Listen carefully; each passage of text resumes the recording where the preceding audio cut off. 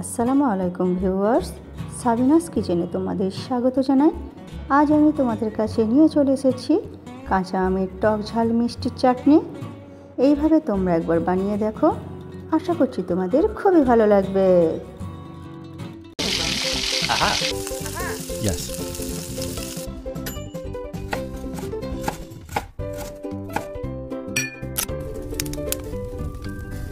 Wow! চুলাতে একটি কড়াই বসিয়ে তাতে 1 চামচ 5 ফোড়ন দিয়ে দিচ্ছি, 1 চামচ গোটা জিরে আর 1 চামচ গোটা ধনে আর ঝালের জন্য 4টে শুকনো লঙ্কা দিয়ে আমি ভেজে নেব।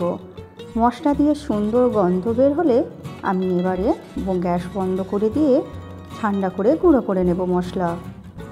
কড়াইতে আমি তেল দিয়ে দিচ্ছি অল্প করে, ভালো করে গরম করে 2টো শুকনো লঙ্কা আর 1 চামচ 5 ফোড়ন দিয়ে দিচ্ছি।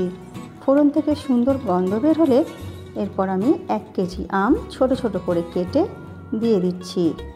দিয়ে এরপরে আমি হালকা করে ভেজে নেব। হালকা করে ভেজে নিলে আমের চাটনিটা তোমরা বেশি দিন রেখে খেতে পারবে। তাই হালকা লাল করে আমি কিছুক্ষণ ভেজে নিচ্ছি। ভাজা হয়ে গেলে আমি পরিমাণ মতো লবণ দিয়ে দিচ্ছি। দিয়ে এরপর এর মধ্যে আমি 300 গ্রাম চিনি দিয়ে দিচ্ছি।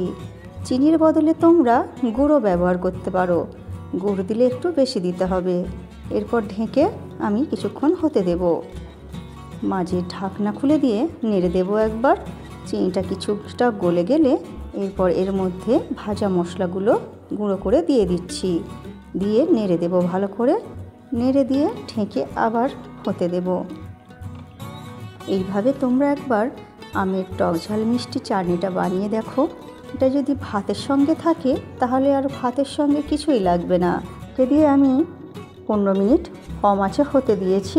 দিয়ে এরপর এইরকম মাখা মাখা হলে এবারে নামিয়ে এবারে তোমরা ভাতের সঙ্গে পরিবেশন করো। আমার রেসিপিটি ফেসবুক থেকে দেখলে ফলো করে দিও, ইউটিউব থেকে দেখলে সাবস্ক্রাইব করে পাশে থেকো। আমার রেসিপিটি শেষ পর্যন্ত দেখার জন্য তোমাদের অনেক অনেক ধন্যবাদ রইল।